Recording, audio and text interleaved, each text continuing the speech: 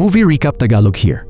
Ang munting batang ito ay 6 na taong gulang pa lamang, ngunit biniyayaan siya ng kakayahang magsumpa ng ibang tao. Gayunman, kapalit nito ang walang tigil na pagkapagod at panghihina ng kanyang katawan. Ang kanyang masamang ina, na alam ang tungkol sa kapangyarihan niya, ay sinamantala ito sa pamamagitan ng pagpapanggap bilang isang sorcerer upang kumita ng pera. Isang araw, may isang babaeng lumapit at humiling ng sumpa upang maparatay sa kama ang kanyang asawa para hindi na ito makasama ang ibang babae. Noong una ay tumanggi ang ina, ngunit nang ilabas ng babae ang makapal na bungkos ng pera, agad siyang nagbago ng isip. Pumasok siya sa loob ng bahay kung saan nakahiga ang mahinang si Sojin at sinabi, "Ito na ang huling beses na gagamitin ko ang kapangyarihan mo." Kaagad na lumitaw ang maiitim na pulang ugat sa maliit na braso ni Sojin. Matapos may sagawa ang ritual, lumabas ang ina at inihayag na tapos na ang sumpa. Bagaman may pagdududa, tahimik na umalis ang kliyente. Pagkalabas ng babae sa bahay, nakatanggap siya ng balita mula sa ospital na na-stroke ang kanyang asawa at kasalukuyang ginagamot. Doon lamang niya lubos na pinaniwalaan ang kapangyarihan ng ina ni Sojin. Agad siyang sumakay sa kanyang kotse upang puntahan ang asawa. Sa puntong iyon, ang ina na lamang ang naiwan sa bahay. Malungkot siyang nakaupo sa bakuran habang umiinom ng alak. Dinadala niya ang matinding konsensya sa pagsasamantala sa kakayahan ng kanyang anak para kumita ng pera, isang bagay na lalo lamang nagpalala sa panghihina ni Sojin. Biglang tumutok ang ilaw ng isang kotse sa kanyang mga mata. May babaeng nakasuot ng pulang scarf ang lumitaw. Nagbigay ito ng malamig at formal na pagbati, bago senyasan ang kanyang tauhan na salakayin ang ina ni Sojin. Ang babaeng iyon ay si Jinkyung. Isa rin siyang sorcerer na gumagamit ng sumpa upang pumatay ng tao. Ngunit hindi nag-iisa si Jinkyung. Nagtatrabaho siya sa ilalim ni Chairman Jong-yun. Matapos iutos ni Jinkyung sa kanyang mga tauhan na kunin ang bangkay ng ina ni Sojin, ipinag-utos din niyang buhusan ng gasolina ang bahay at sunugin ito. Mula sa malayo, pinanood ni Chairman Jong-yun ang pangyayaring iyon at ngumiti ng may kasiyahan sa nasaksihang karumaldumal na tagpo. Takot na takot si Sojin. Tumakbo siya papunta sa kabundukan upang makatakas. Wala na ang kanyang ina at abo na ang kanilang tahanan. Mula noon, nagkimkim si Sojin ng matinding galit laban kay Jong-yun at kay Sorcerer Jinkyung. Makalipas ang 10 taon, lumaki na si Sojin at naging ganap na dalaga. Bitbit pa rin niya ang mabigat na poot laban kay Chairman Jong-yun. Gayunpaman, napagtanto ni Sojin na hindi niya kayang labanan mag-isa ang kapangyarihan ni Jong-yun, kaya nagpasya siyang humanap ng mga kakampi. Sa kabilang panig, iniimbestigahan din ng reporter na si Jinhee ang Forest Group. Natagpuan niya ang isang mahalagang saksi na nagngangalang Jung-in, dating empleyado ng Forest. Nang mabanggit ni Jinhee ang pangalan ni Chairman Jong-yun, kapansin-pansing natakot si Jung-in dahil dati na siyang binugbog ng mga tauhan nito. Ikinuwento niya kung paano siya malupit na sinaktan ng mga tauhan ni Jong-yun habang malamig namang pinanonood ng chairman mula sa malayo. Ayon kay Jung-in, nakilala niya si Jong-yun dahil may kakaiba itong amoy na madaling matandaan. Ang dahilan ng pambubugbog sa kanya ay simple lamang. Natanggal siya sa trabaho at nagsalita laban sa mga maling gawain ng kumpanya. Ibinunyag ni Jung-in kay reporter Jinhee ang isang kakaibang bagay tungkol sa Forest. Mayroon daw itong isang napaka-misteryosong subsidiary. Alam ng mga empleyado ang pag-iral nito, ngunit hindi nila alam kung ano ang tunay na layunin ng subsidiary. Patuloy ang pagdaloy ng pera mula sa pangunahing kumpanya patungo rito. Palatandaan na may kahina-hinalang operasyon itong isinasagawa. Maya-maya, bumalik si reporter Jinhee sa newsroom. Inilahad niya sa kanyang mga nakatataas ang mga impormasyong kanyang nakalap at humingi ng opinyon kung dapat bang ilantad ang katotohanan tungkol sa Forest Group. Ngunit pinahinto ng editor-in-chief na si Ju-wan ang artikulo bago pa man ito matapos. Ipinagbawal pa niya kay Jinhee ang pagsusulat nito. Iginiit ni Ju-wan na isang panig pa lamang ang naririnig ni Jinhee at kulang ito sa malinaw na ebidensya. Binigyang diin niya na dapat nakabatay sa katotohanan ang isinusulat ng mga reporter. Dahil sa pakiramdam na siya'y naagrabyado, umalis si Jinhee sa opisina. Desidido siyang hanapin mismo ang ebidensya. Nagpunta si reporter Jinhee sa kanyang asawa na si Sungjun. Si Sungjun ang kasalukuyang pinuno ng isang police team at iniimbestigahan din ang mga lihim ng Forest Company. Nang makita ni Sungjun na labis nang pinapahirapan ni Jinhee ang kanyang sarili dahil sa kasong ito, nangako siyang tutulungan siya sa pag-iimbestiga at sa paghahanap ng kinakailangang impormasyon. Sa pagkarinig sa mga salitang iyon ng kanyang asawa, bahagyang gumaan ang pakiramdam ni Jinhee at umuwi na siya. Kinagabihan, naghanap siya online ng impormasyon tungkol sa Forest Company at ito'y itinag niya sa kanyang post. Ang post ay nanawagan sa sinumang may alam tungkol sa kumpanya na makipag-ugnayan sa kanya. Hindi inaasahan, ilang minuto lamang matapos mag-post si Jinhee, bumaha ng mga komentong kumokondena sa Forest. May isa pang nag-ayos ng pakikipagkita kay Jinhee upang pag-usapan ang issue. Isinulat ni Jinhee ang address at agad na nagtungo sa lugar ng pagkikita. Laking gulat niya nang ang gustong makipagkita sa kanya ay ang estudyanteng si Sojin. Nang makita ni Jinhee ang mapupulang ugat sa mga kamay ni Sojin, nakaramdam siya ng kakaiba. Ngunit mas ikinagulat pa ni Jinhee ang pahayag ni Sojin na marami itong alam tungkol kay Chairman Jong-yun. Nagtaka si Jinhee kung ano ang nais ipahiwatig ni Sojin. Diretsahang sinabi ni Sojin na si Chairman Jong-yun ay isang masamang espiritu. Hindi iyon pinaniwalaan ni Jinhee. Para sa kanya, ika-21 siglo na at hindi siya maluloko ng mga multo. Inakala Akala niyang niloloko lamang siya ni Sojin kaya tumayo siya upang umalis. Upang makuha ang tiwala ni Jinhee, inalok ni Sojin na isumpa ang sinuman. Ang kailangan lamang daw ay larawan ng tao, ang pangalan nito sa mga Chinese character, at isang personal na gamit. Hindi inaasahan, galit na umalis si Jinhee. Gayunpaman, nanatiling bumabagabag sa isip niya ang mga sinabi ni Sojin. Kinagabihan, napanaginipan ni Jinhee na nagbago si Chairman Jong-yun at naging isang masamang nilalang. Nagising siya ng biglaan. Pagsikat ng araw, gaya ng nakasanayan, nag-online si reporter Jinhee upang tingnan ang balita at nabasa ang isang artikulong naglalantad sa pagkakakilanlan ni Jong-yun. Si Jong-yun pala ang mismong empleyadong nagbigay ng impormasyon sa kanya noong nakaraang araw. Ayon sa artikulo, si Jong-yun ay espiya ng isang dayuhang kumpanya kaya siya tinanggal sa forest. Pagkatapos noon, nakatanggap si Jinhee ng tawag mula kay Jong-yun. Tinanong siya nito kung bakit niya nilabag ang pangako na hindi ibubunyag ang pagkakakilanlan ng saksi. Ipinaliwanag ni Jinhee na wala siyang kinalaman doon, ngunit hindi siya pinaniwalaan ni Jong-yun. Nagmamadali si Jong-yun na tumakas palabas ng lungsod. Nais sana niyang ibunyag kay reporter Jinhee ang isa pang lihim tungkol sa forest. Ngunit bago pa niya matapos ang sasabihin,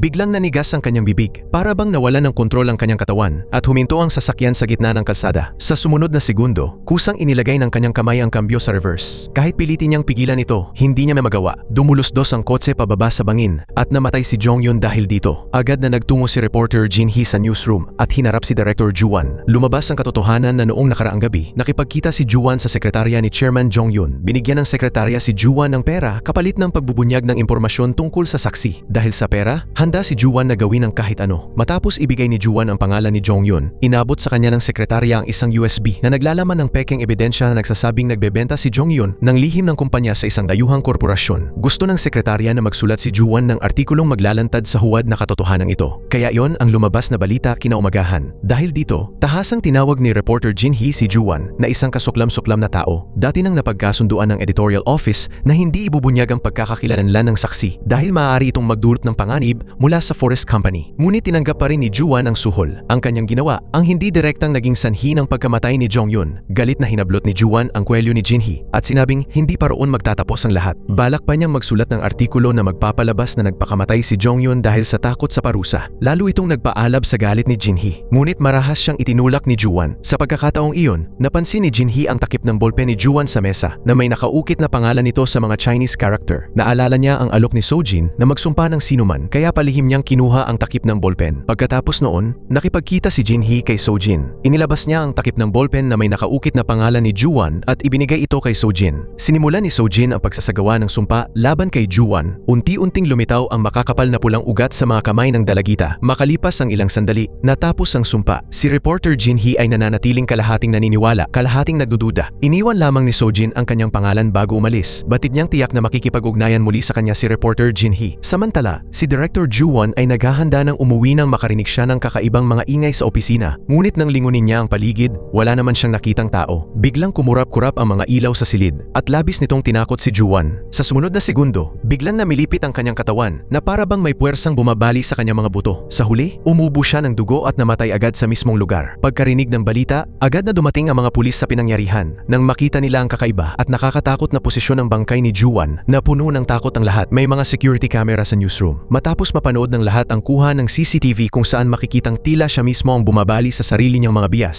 lalo silang naguluhan. Sa investigasyon, natuklasan ng pulisya na nagkaroon ng alitan si Juan at reporter na si Jinhee bago ito namatay, kaya naging isa si Jinhee sa mga sospek. Ipinatawag siya sa istasyon para sa pagtatanong. Upang masiguro ang pagiging patas ng proseso, hindi si Chief Sung-jun ang nagtanong sa kanyang asawa. Sa halip, ipinasa niya ito sa kanyang mga tauhan. Tapat na ikinuwento ni reporter Jinhee ang lahat ng nalalaman niya. Ngunit itinago niya ang katotohanang hiniling niya kay Sojin na sumpain si Juan. Dahil walang nakuhang mahalagang ebidensya ang pulisya, pinalaya rin si Jinhee. Sa puntong iyon, tinanong ni reporter Jinhee si Officer Jiang kung paano talaga namatay si Juan. Bagaman bawal ilabas ang ganitong impormasyon, dahil sa paggalang sa asawa ng hepe, isinalaysay ni Officer Jiang ang mga detalye. Doon lamang nabigla si Jinhee nang mapagtanto niyang totoo pala ang sinasabi ni Sojin tungkol sa sumpa. Nakiusap si reporter Jinhee kay Officer Jiang na ipaalam sa kanya kung may mga bagong matutuklasan. Pagkatapos, nagpaalam siya at umuwi upang magpahinga. Samantala, ang impormante ni Chairman Jong-yun na nakatanim sa loob ng kapulisan ay tumawag upang iulat sa sekretarya ang progreso ng investigasyon. Nang marinig ang tungkol sa kakaibang pagkamatay ni Juan, inutusan ng sekretarya ang impormante na ipadala ang mga larawan ng pinangyarihan. Matapos makuha ang mga ito, agad siyang nagmadaling ipaalam kay Chairman Jong-yun. Pagkakita sa mga larawan, bahagyang nagulat si Chairman Jong-yun. Nang maunawaan niyang sumpa ang sanhi ng pagkamatay, agad niyang inutusan inutusan ang sekretarya na pabalikin mula sa ibang bansa ang sorcerer na si Jin Kyung. Sakto namang kararating lamang ni Jin Kyung sa paliparan. Nakatanggap siya ng agarang tawag mula kay Chairman Jong-yun. Batid niyang may mahalagang nangyari, nangako siyang babalik agad sa punong tanggapan. Samantala, nagtungo ang mga pulis sa forensic doctor upang kunin ang resulta ng autopsy. Durog-durog ang mga kasukasuan ni Juan na naging sanhi ng pagkasakal at kalaunan ay namatay siya dahil sa pumutok na ugat. Gayunman, makikita na ito sa mismong CCTV ng pinangyarihan. Ang tanging kahina-hinalang detalye ay ang pagkakaroon ng malaking dami ng arachidonic acid at ethanolamine sa kanyang utak, mga sangkap na karaniwang kaugnay ng stimulants. Pinaghinalaan ng pulisya na nag-overdose si Juan sa droga at pagkatapos ay sinaktan ang sarili. Ngunit ipinaliwanag ng forensic doctor na isa itong espesyal na kaso kung saan umabot sa sukdulan ang kakayahan ng katawan na tiisin ang sakit. Kaya ang utak mismo ang naglabas ng dalawang sangkap para pansamantalang maibsan ang kirot, hindi dahil gumamit ng ipinagbabawal na gamot ang biktima. Kinumpirma rin ng doktor na walang bakas ng ipinagbabawal na substansya sa ilong at bibig ni Juan at wala ring marka ng ineksyon sa kanyang katawan. Lalong naguluhan ang pulisya sa impormasyong ito. Marahil ay kailangan pa nilang mag-imbestiga ng mas malalim bago makabuo ng tiyak na konklusyon. Pagkalabas mula sa forensic lab, nakatanggap si Chief Sung-jun ng ulat mula sa team na sumusuri sa call history. Natuklasan ng pulisya na madalas makipag-ugnayan si Juan sa sekretarya ni Chairman Jong-hun at ang huli niyang tawag ay sa sekretaryang iyon din. Hindi inaasahan ni Sung-jun na konektado ito sa Forest Company, kaya nagpasya siyang ituring ito bilang isang seryosong kasong kriminal. Kinagabihan, nag-online si reporter Jin Hee upang saliksikin ang katotohanan tungkol sa sumpang binanggit ni Sojin. Labis siyang nagulat nang matuklasang may ganitong uri ng ritual na talagang umiiral. Ibig sabihin, hindi nagsisinungaling si Sojin. Naalala niya ang uniformeng suot ni Sojin at nagpasya siyang hanapin ito. Naghanap siya online ng impormasyon tungkol sa paaralang pinapasukan ni Sojin. Pagkatapos, siya mismo ang nagmaneho papunta roon. Habang naghihintay sa gate ng paaralan, bigla siyang nakatanggap ng tawag mula sa kanyang asawa. Pag-uwi ni Sung-jun sa bahay at hindi niya nakita ang kanyang asawa, labis siyang nabalisa. Pinakalma siya ni Jin Hee at sinabing hintayin na lamang siya sa bahay bago ibinaba ang tawag. Medyo nagtaka si Sung-jun sa kilos ng kanyang asawa, ngunit hindi na niya ito gaanong inisip at nagpasya na lamang na matulog. Nagkataon namang nakita ni Sung-jun sa kama ng kanyang asawa ang takip ng ballpen na may nakaukit na pangalan ni Director Juan. Nagsimula siyang maghinalang maitinatago sa kanya ang kanyang asawa. Samantala, si reporter Jin Hee na sumusunod kay Sojin ay biglang nakakita ng isang taong humihila kay Sojin papasok sa isang madilim na eskinita. Lumabas na isang grupo pala ng mga pasaway na estudyante ang mga yon. Gusto nilang pilitin si Sojin na humingi ng tawad sa babaeng estudyanteng isinumpa niya. Bilang babala, sinampal ng isang lalaking estudyante si Sojin sa mukha. Binantaan pa niya itong hihiwain ang bibig gamit ang kutsilyo kapag nagpatuloy pa ito sa pagsusumpa ng iba. Sa sandaling iyon, sumilip si reporter Jin Hee. Tinakot niya ang mga estudyante na tatawag siya ng pulis. Ngunit imbes na matakot, sinubukan pa nilang turuan ng leksyon si Jin Hee. Hindi na nakapagpigil si Sojin. Kung siya ang saktan, kaya niyang tiisin. Ngunit ang idamay ang isang inosenteng tao ay hindi niya papayagan. Hinawakan ni Sojin ang kamay ng lalaking estudyante, bagay na ikinagulat nito. Ilang sandali pa, lumitaw ang mamapupulang ugat sa kanyang kamay. Tinitigan niya ito ng diretso sa mga mata at isinagawa ang sumpa.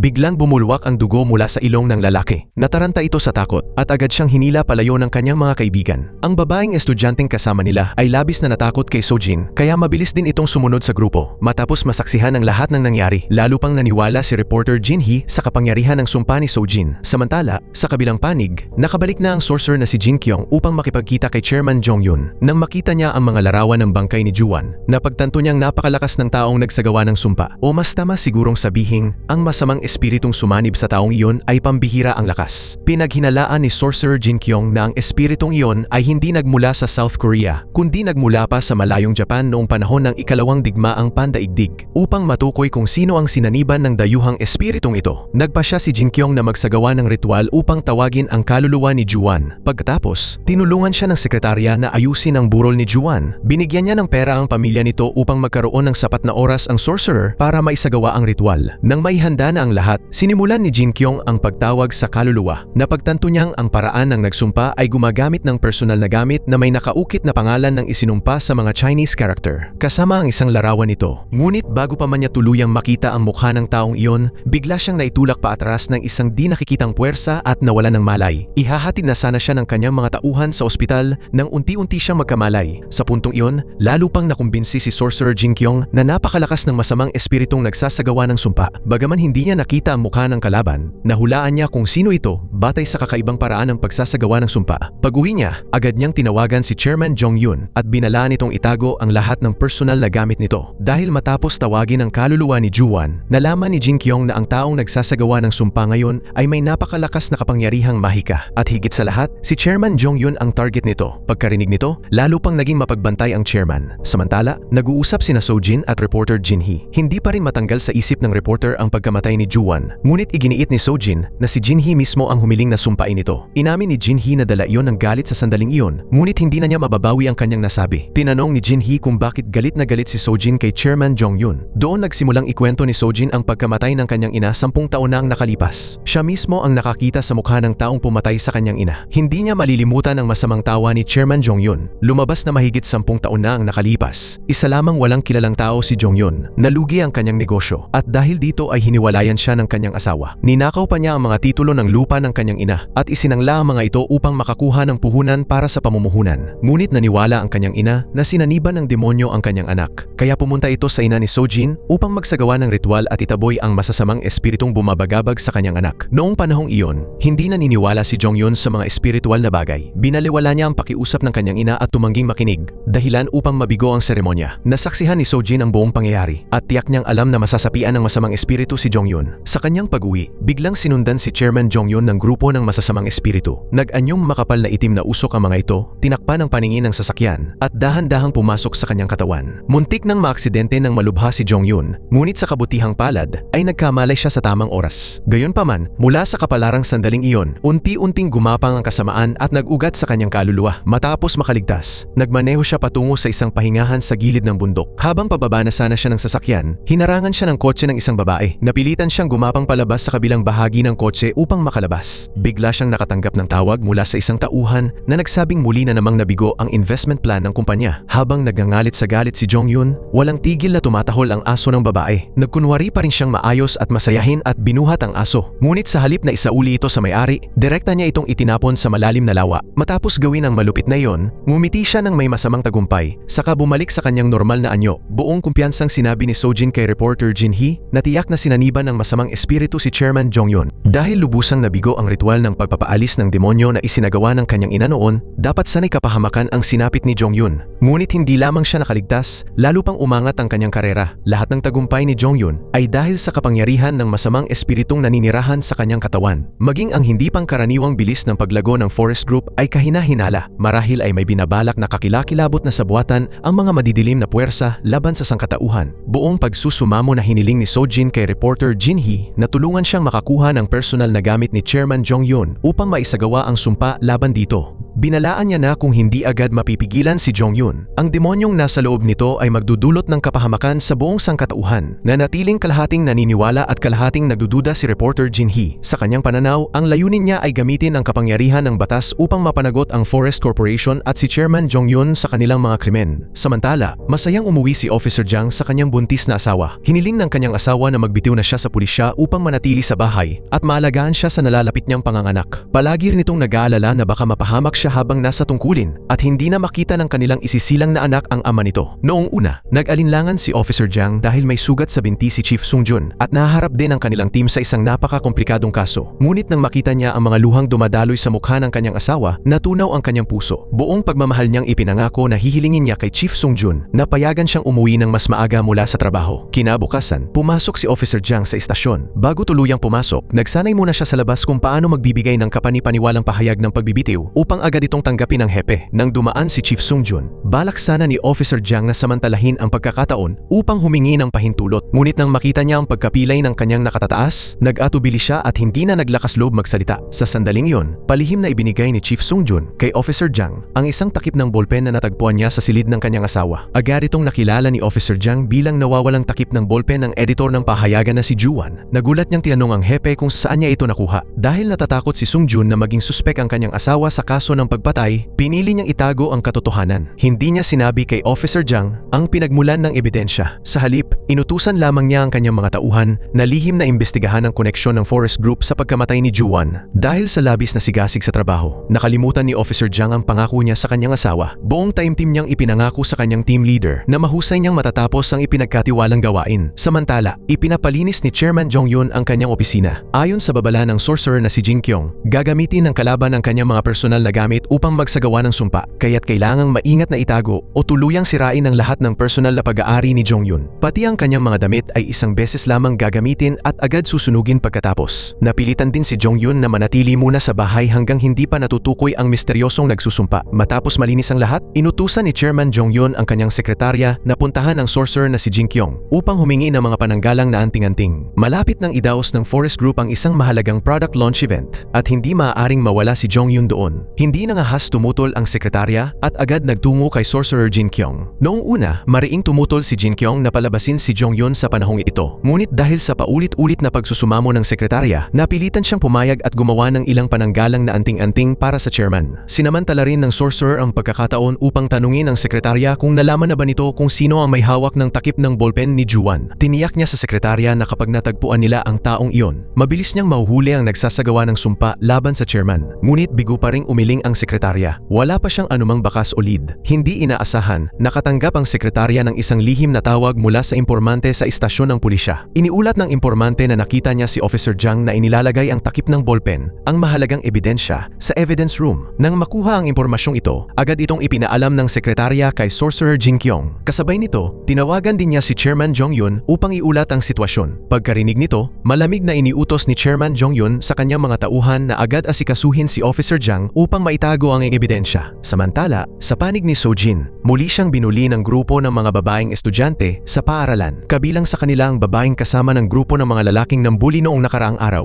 Ginamit ni Sojin ang halimbawa ng lalaking pinadugo niya ang ilong bilang babala sa mga pasaway na estudyante. Binalaan niya ang mga ito na kung hindi sila titigil, hindi na simpleng pagdurugo ng ilong ang mangyayari sa susunod, kundi maaaring kamatayan. Bahagyang nalito at natakot ang mga babae, ngunit nanaig ang kanilang galit sa takot at determinado silang hindi palampasin si Sojin. Nagtipon-tipon ang mga babaeng estudyante at nagsagawa ng isang seanse. Gumamit sila ng misteryosong online app na tinatawag na The Cursed Forest upang maglagay ng malupit na sumpa laban kay Sojin. Sa kapalarang gabing iyon, nakipagkita si Officer Jang sa isang dating empleyado ng Forest upang higit pang imbestigahan ang loob ng kumpanya. Isiniwalat ng empleyado ang isang nakakagulat na lihim. Ang kahanga-hangang tagumpay ng Forest ay dahil umano sa Cursed Forest app. Madali ngunit nakakatakot ang mekanismo nito. Magpo-post lamang ang mga user ng larawan ng taong nais nilang sumpain, kasama ang dahilan at isang hashtag. Kapag nakakuha ng malaking interaksyon online ang post, isasagawa ng kumpanya ang sumpa laban sa target. Naramdaman ni Officer Jang na tila panloloko ito, ngunit buong kumpiyansang iginiit ng empleyado na marami ng sumpa ang nagkatotoo. Lalo nitong pinalalim ang hinala ni Officer Jang tungkol sa misteryosong puwersang kumokontrol sa Forest. Pagkatapos ng pulong, masaya pang tinawagan ni Officer Jang ang kanyang asawa upang sabihing marami siyang biniling masasarap na pagkain at pauwi na siya. Pagdating niya sa kanilang bahay, napansin niyang may kakaibang kotse na nakaharang sa pasukan. Dahil sa pag-usisa, sumilip siya sa loob. Ngunit bigla siyang inatake ng grupo ng mga goons. Nagkalat ang dala niyang prutas at nahulog ang kanyang cellphone. Ilang sandali pa, kinaladkad siya ng mga ito papunta sa isang abandonadong gusali. Isa-isa siyang brutal na binugbog ng mga tauhan. Mula sa malayo, nanonood sina Chairman Jong-yun at ang kanyang sekretarya. Tila aliw na aliw. Lalong halata ang kasiyahan sa mukha ng chairman habang pinagmamasdan ang pagdurusa ni Officer Jang. Tinanong ng leader ng mga tauhan kung saan niya nakuha ang takip ng ballpen. Dahil labis niyang kinamumuhian ang mga kriminal, matatag na tumanggi si Officer Jang na magsalita. Dahil sa kanyang katigasan, lalo pa siyang pinahirapan ng mga ito. Nang maramdaman ng leader na baka mamatay siya sa sobrang bugbog, inutusan nitong itigil muna ang pananakit. Ngunit hindi inaasahan, nang lumuwag ang pagkakahawak sa kanya, agad lumaban si Officer Jang. Matalino niyang itinulak ang isa sa mga tauhan at ginawang panangga sa pagbagsak, saka desperadong tumakbo palabas ng abandonadong gusali. Hinabol siya ng mga ito. Kahit puno ng sugat at pasa ang kanyang katawan, ang matinding pagnanais niyang mabuhay ang nagbigay sa kanya ng lakas upang makalayo. Gayunpaman, si Chairman Jong-yun na nakatanaw mula sa itaas ay hindi man lamang nabahala. Nakangiti siya ng masama at unti-unting naging maitim na maitim ang kanyang mga mata. Nang marating ni Officer Jang ang pangunahing kalsada, biglang tila may di nakikitang puwersang humawak sa kanyang mga paa. Nawalan ng kontrol ang kanyang katawan at napasadsad siya sa gitna ng kalsada. Sa sandaling iyon, isang truck ang mabilis na paparating. Nasagasaan si Officer Jang ng truck at doon nagwakas ang buhay ng matapang na pulis. Matapos gamitin ang maitim na mahika upang patayin siya, biglang nawalan ng malay si Chairman Jong-yun dahil sa labis na pagkapagod. Mabuti na lamang at nasalo siya ng kanyang sekretarya. Samantala, sabik at nag-aalalang naghihintay ang asawa ni Officer Jang sa kanyang pag-uwi. Paulit-ulit niya itong tinatawagan, ngunit walang sumasagot. Sa huli, tinawagan niya si Chief Sung-jun upang itanong kung nasaan ang kanyang asawa. Naroon si Sung-jun sa kanilang bahay kasama ang kanyang asawa na si reporter Jin Hee. Nang marinig nila ang malagim na balita, dali-dali silang umalis upang hanapin si Jang. Sa huli,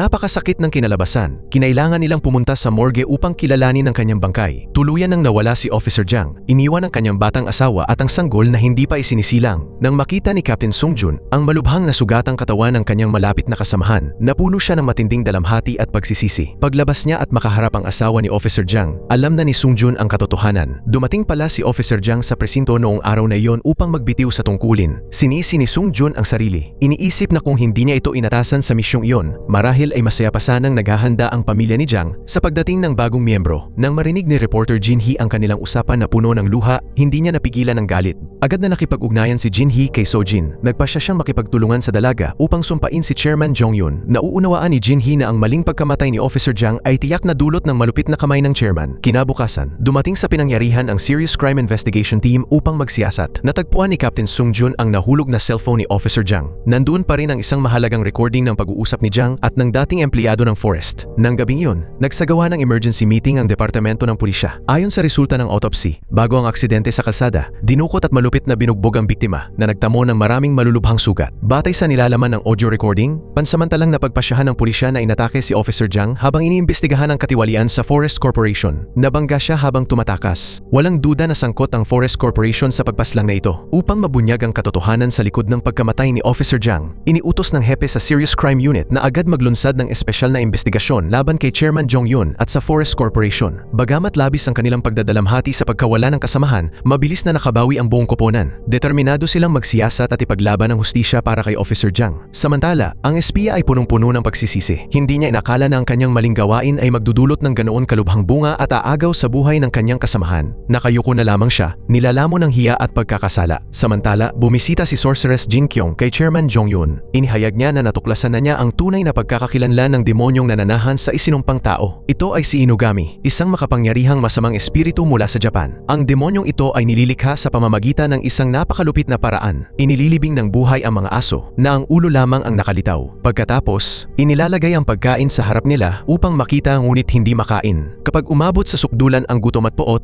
at namatay ang mga aso sa gutom, nagiging mababangis silang masasamang espiritu. Ang mga espiritong ito ay sumasanib sa katawan ng tao, na nagiging mga isinumpang sorcerer na may nakatatakot na kapangyarihan. Habang mas malupit ang paraan ng paglikha, mas kahindik-hindik ang kapangyarihan ni Inugami. Upang malabanan ang sumpang nakatuon sa chairman, gumawa si Sorceress Jin Kyung ng isang natatanging paraan. Gumamit siya ng isang banal na artifact mula sa Japan na pinaniniwalaang kayang puksay ng masasamang espiritu ng bansang iyon. Humingi siya ng tulong sa isang kaibigan sa Japan at matagal silang naghanap hanggang sa matagpuan ang isang sinaunang balat ng tambol. Sa loob ng mahigit 1,000 taon, sinipsip nito ang diwa ng langit at lupa at naging isang banal na kayamanan. Taglay nito ang sapat na kapangyarihan upang wasakin si Inugami. Gayunman, ang kapalit upang maibalik ang kayamanang ito sa Korea ay 800 milyong won. Hindi nagdalawang isip si Chairman Jong-yun. Ipinahayag niyang basta't maalis lamang ang taong tumatarget sa kanya, hindi problema ang halaga. Nang makita ni Sorceress Jin Kyung ang kanyang pagsang-ayon, masaya siyang umalis. Inihatid siya ni Secretary Lee Wan palabas, ngunit bigla niyang hinablot ang kwelyo nito. Bakas ang matinding galit sa kanyang mukha. Napag-alaman niyang kamakailan ay lihim na ginamit ni Chairman Jong-yun ang masamang espiritong nasa kanya upang sumpain ang isang tao. Nanginginig na inamin ni Lee Wan na ginamit ng chairman ang itim na mahika upang patayin ang isang pulis noong nakaraang gabi. Mahigpit na binalaan ni Jin Kyung si Lee Wan na bantayang mabuti si Chairman Jong-yun. Ang nalalapit na IPO ng Forest Company ang pinakamahalagang usapin. Hindi kayang magkamali ng chairman kahit isang beses. Inutusan niya si Lee Wan na bantayang mabuti ang mga personal na gamit ng chairman at pinayuhan itong panatilihin si Jong-yun sa loob ng bahay sa susunod na 2 araw habang inaasikaso niya ang sumpa. Hindi nangahas tumutol si Lee Wan, ngunit pagkalabas ni Jin Kyung at nang hindi na siya tanaw, agad niya itong minura sa inis. Samantala, sa ampunan kung saan nakatira si Sojin, dumating ang isang charity group upang bumisita. Nangunguna sa grupo ang isang babaeng mga awit na nasangkot sa personal na iskandalo. Nais nitong magpakitang gilas sa gawaing kawanggawa upang linisin ang kanyang imahe. Hindi sinasadyang nahawakan siya ng isang bata sa ampunan. Agad siyang nagalit at pinagalitan ng matindi ang bata, natatakot na marumihan ng kanyang mamahaling damit. Gumagawa siya ng kawanggawa, ngunit napakasama ng kanyang kalooban. Nasaksihan ni Sojin ang buong pangyayari habang ang bata ay nagtatago sa isang sulok, nasasaktan. Lumapit si Sojin at tinanong kung nais ba nitong sumpain ang mga awit, ngunit nanatiling malinis ang inosenteng puso ng bata. Umiling ito at ipinahiwatig na wala siyang kinapopootan. Balak na sana ni Sojin na palampasin ang lahat, ngunit bigla niyang nakita ang mga awit na pinapahiya ang sarili nitong kasamahan. Ipinakita pa nito ang paghamak sa mga batang ulila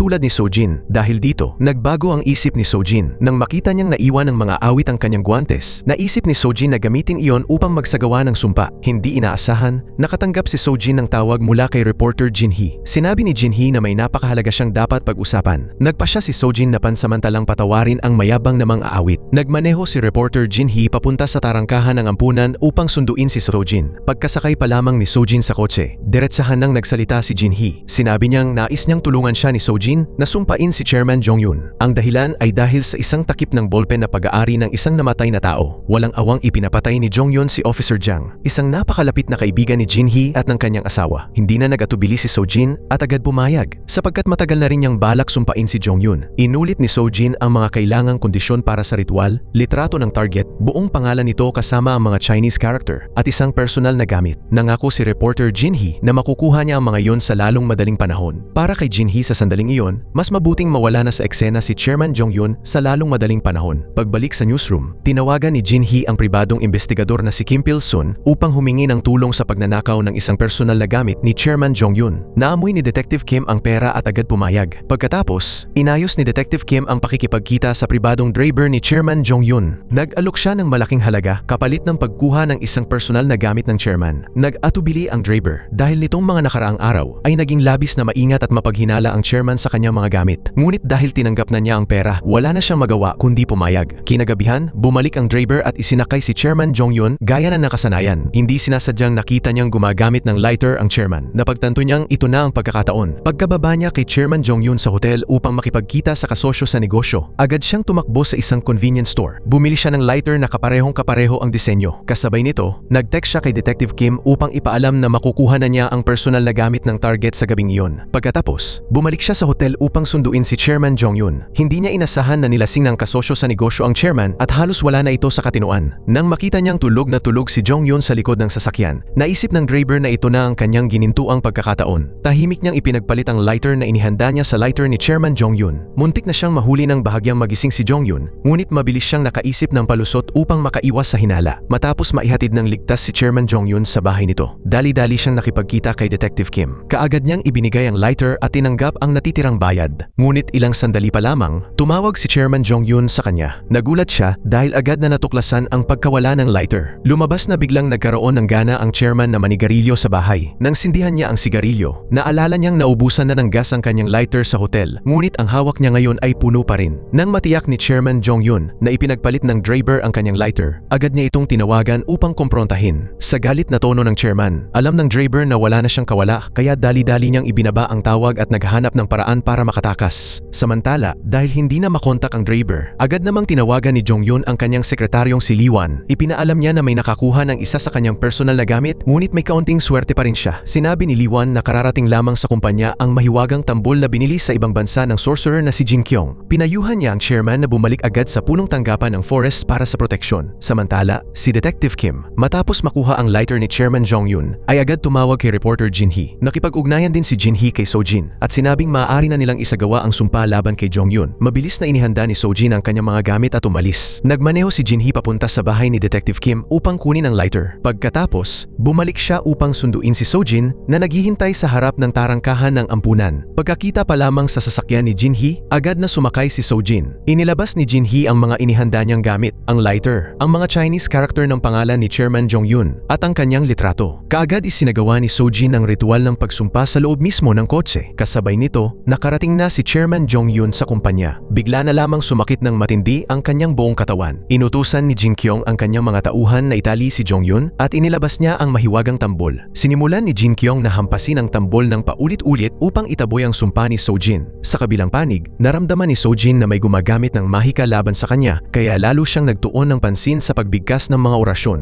Isang matinding labanan ng mahika ang sumiklab. Nagsimulang manginig ng malakas ang paligid ng opisina ng chairman. Lalong tumindi ang sakit ni Jong-yun at napasigaw siya sa matinding paghihirap. Pawis na pawis ang dalawang sorcerer, ngunit walang sino man ang gustong sumuko. Nang pareho na silang umabot sa sukdulan, nakaranas si Sojin ng matinding backlash mula sa sumpa at nagdugo ang kanyang mga mata. Nabiyak ang bintana ng kotse ni Jinhee dahil sa di nakikitang puwersa. Nasabi lamang ni Sojin na nabigo siya bago siya mawala ng malay. Lubhang nag-alala si reporter Jinhee sa kalagayan ni Sojin. Sa kabilang panig, bahagyang mas maayos ang kalagayan ni Jin Kyung. Nadurog ang banal na tambol na nagkakahalaga ng napakalaking halaga at bumagsak siya sa sahig dahil sa pagkapagod. Gayunpaman, hindi siya nagtamo ng malubhang pinsala. Nagmulat din ng mga mata si Chairman Jong-yun at wala siyang anumang sugat. Nagtawanan ng malakas ang dalawa. Batid nilang sila ang nagwagi sa labanang iyon na tila patayan sa mahika. Higit pa roon, may malaking natuklasan si Jin Kyung. Napagtanto niyang ang enerhiyang sumumpa kay Chairman Jong Yun ay pag-aari ng anak ng dating sorcerer, ang babaeng ipinapatay ng chairman 10 taon na ang nakalipas. Kinabukasan, ipinadala ni Jin Kyung ang kanyang alagad na si Jubong sa dating nayon ng sorcerer upang magsiyasat. Mula sa mga kwento ng mga taga roon, nalaman ni Jubong ang tungkol sa sunog noong taong iyon at ang misteryosong pagkawala ng anak ng sorcerer. Nakumpirma niyang ang pangalan ng dalaga ay Baek Sojin. Matapos makalap ang ilang impormasyon, pinuntahan ni Jubong ang dating bahay ni Sojin, ngunit abo na lamang ang natira rito. Agad siyang tumawag upang ipaalam kay Jin Kyung ang kanyang natuklasan. Samantala, si Sojin ay nasa ospital at ginagamot. Pagmulat niya ng mata, nakita niya si reporter Jin Hee na nag-aalaga sa kanya. Agad siyang tinanong ni Jin Hee kung ano ang nangyari. Ipinaliwanag ni Sojin na nagkaroon siya ng backlash dahil gumamit ng isang banal na bagay ang sorcerer sa tabi ni Chairman Jong Yun upang maglatag ng proteksyong mahika. Inilabas ni Jin Hee ang lighter at nagtanong kung maaari pa ba itong gamitin upang sumpain muli ang chairman. Umiling si Sojin at sinabing imposible na yon. Ang tanging paraan na lamang upang maisagawa niya ang sumpa ay ang direktang pagdikit sa balat ni Chairman Jong Yun.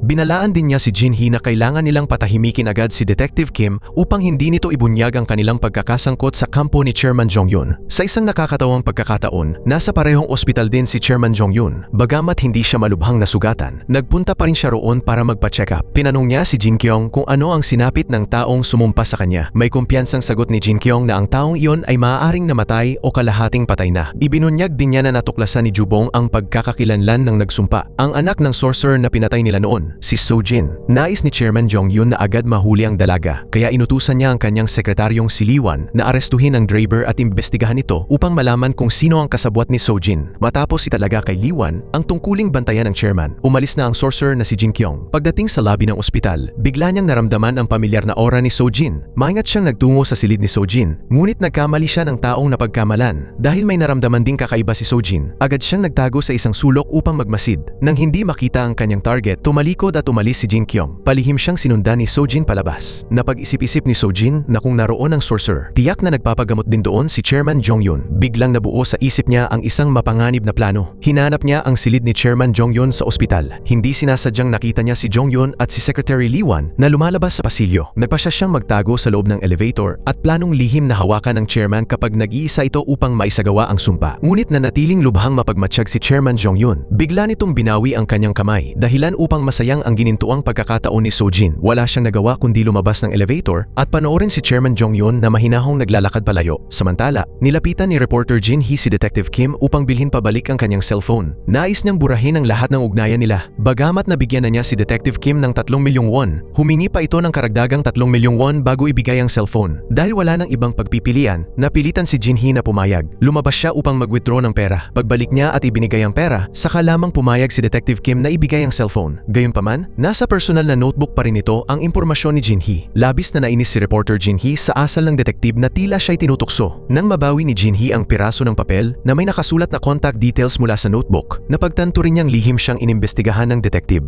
Walang kamalay-malay sa paparating na kapahamakan, patuloy pa rin itong nagbibiro sa kanya. Umalis si Jin Hee na galit, may namumuong pagnanais na maghiganti sa kanyang puso. Sa presinto, patuloy na iniimbestigahan ng Serious Crime Unit ang pagkamatay ni Officer Jang. Bigla namang napansin ni Team Leader Sung Jun na may isang tauhan na ilang araw nang hindi pumapasok. Pinaginalaan ni Sung Jun na labis itong naapektuhan sa pagkamatay ni Officer Jang at hindi basta-basta magre-resign ng walang dahilan. Pinuntahan niya ang bahay ng nasabing tauhan upang alamin ang totoo. Doon, natagpuan niya ang tauhang patuloy na dinudurog ng konsensya sa pagkawala ng kasamahan. Pagkakita kay Sung Jun, napaiyak ito at inaming siya ay isang espiya na itinanim ng Forest Company sa loob ng istasyon ng pulisya. Saglit, hinablot ni Sung Jun ang kwelyo nito at dinala diretso sa presinto para sa interogasyon. Doon, inamin ng espiya ang lahat ng kumpidensyal na ulat na ipinadala niya sa Forest. Inamin din niyang may hindi direktang kaugnayan siya sa pagkamatay ni Officer Jang. Ayon sa kanya, namatay si Officer Jang dahil sa paghawak nito sa takip ng ballpen ni Director Juan na naging sanhi ng nakamamatay na insidente. Pagkarinig nito, lalo pang nakaramdam ng pagkakasala si Sung Jun. Para lamang maprotektahan ang kanyang asawa, hindi niya namalayang na isakripisyo ang kanyang tauhan. Paglabas niya ng interrogation room, agad niyang tinawagan ang kanyang asawa. Ngayon lamang niya tuwirang tinanong ito tungkol sa takip ng ballpen kung bakit napakahalagang ebidensya ay napunta pumunta sa kanilang kama. Ayaw sabihin ni Jinhee ang katotohanan dahil natatakot siyang mag-alala ang asawa. Ngunit ang nangyari kay Officer Jang ay nagdulot ng matinding pag-aalala kay Sungjun para sa kaligtasan ng kanyang asawa. Nangako si Jinhee na ipaliliwanag niya ang lahat sa tamang panahon at agad ibinaba ang tawag. Naisip ni Sungjun kung anong mapanganib na sitwasyon ang pinapasok ng kanyang asawa. Samantala, pumunta si reporter Jinhee kay Sojin. Ipinabatid ni Sojin kay Jinhee na si Chairman Jong-yun ay nasa ospital din. Nais ni Jinhee na agad may layo si Sojin. Ikinuwento niya kung paano iniimbestigahan siya ni Detective Kim. Natatakot siyang kung mahuli si Detective Kim ni Chairman Jang-yun. Parehong siya at si Sojin ay malalantad.